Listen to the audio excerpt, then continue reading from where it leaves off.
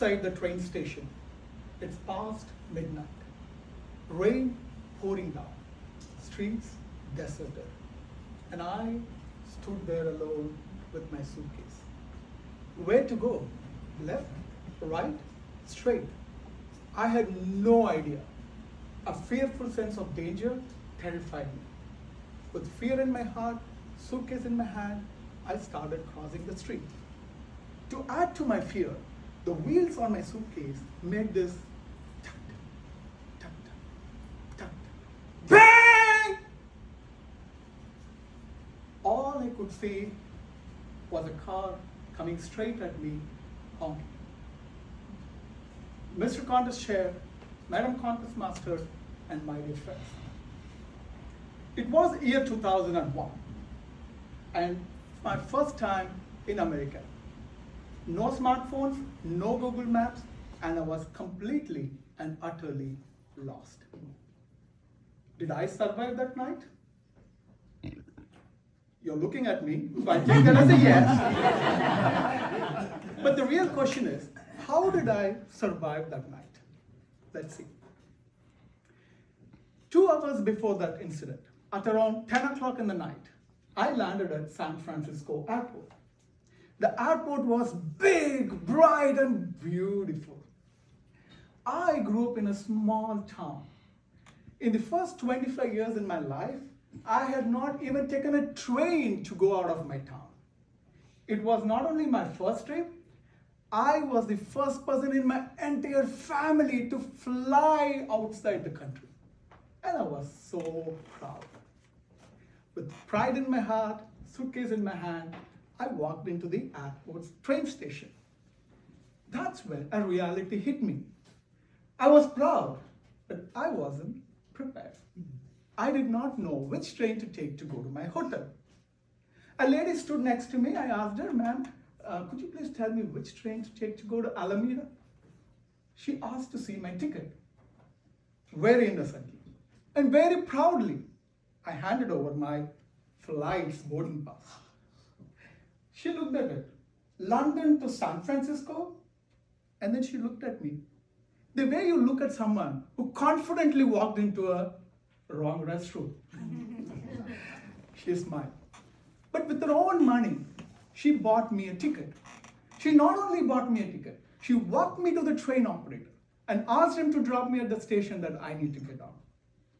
That lady who put empathy over inconvenience is my angel number one. I boarded the train, got off at the right station, and outside the station, rain pouring, streets deserted.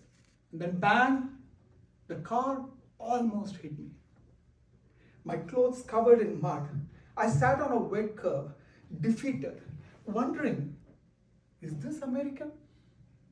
My fear grew bigger. Tears in my eyes, I prayed. When I opened my eyes, there was a light. It was a shop. I ran to the shop, knocked on their door, desperately looking for help. A gentleman opened the door for me. He could have avoided me at that point of time, but he chose to listen to me patiently and arranged a taxi to go to my hotel. And that gentleman is my angel number 2.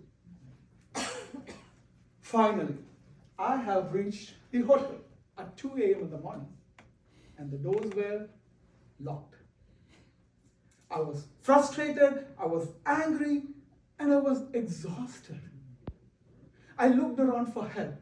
There was a sign on the wall with a phone on it, big, bold, red letter. Emergency, call 911. Hotel's emergency number.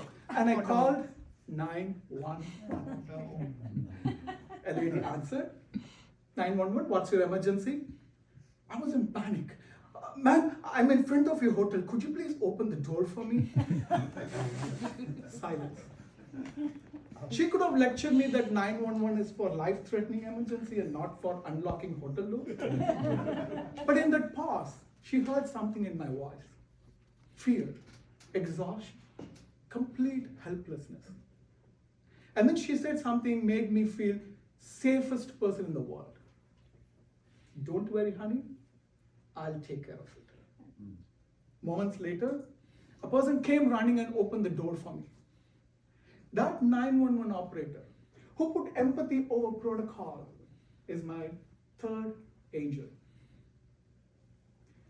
My friends, 3 strangers chose to stop and help me on that night. Each one of them put kindness over inconvenience, empathy over protocol. And I see that every time in Toastmasters.